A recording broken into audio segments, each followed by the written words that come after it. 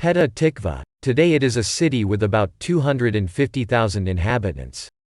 The translation of the name is an opening for hope, for Jewish settlement in the land of Israel after 2,000 years of exile, and is also known as the Moshavat Mother. The first plan was to settle in the Jericho area, but it did not materialize.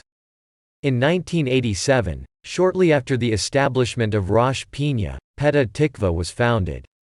Its lands were bought from an Arab village called Umlabas located on an ancient mound that began in the Byzantine period.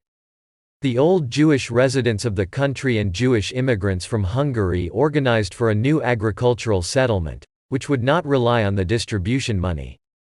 Among the first settlers were Yoel Moshe Solomon, Yehoshua Stampfer, Zarak Brent, David Gutman and Yehuda Rab. The area was desolate due to the swamps and malaria disease.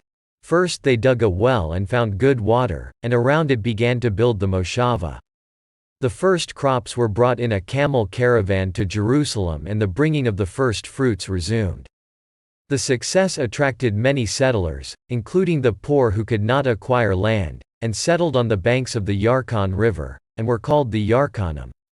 The heavy rains flooded the Yarkon River and many left, and malaria affected those who remained. The cold, which came later, destroyed the crops and the new moshava after 3 years was abandoned. They established a new moshava Yehud, in a more convenient place where Savion is today. From there they set out every day to cultivate the lands of Petah Tikva. In 1884 they returned, and rebuilt the moshava. They built winery houses and educational institutions. After 2 years they were attacked by Arabs. The difficult economic situation led to the support of Baron Rothschild and management by his officials. Management was later transferred to the Palestine Jewish Colonization Association, which provided loans instead of allowances. Petah Tikva developed a lot thanks to the people of the Second Aliyah, who also established Moshav Ein Ganim in 1908, nearby. And in 1913, Jewish immigrants from Yemen established the village of Mahane Yehuda. During the First World War, the residents were persecuted by the Turks and a major economic crisis began, and many of the Jews deported from Tel Aviv found refuge in Petah Tikva.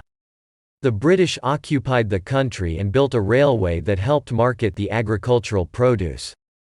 Kfar Ganim, Kfar Avraham and Kfar Sirkin were established, which thickened the Jewish community in the area.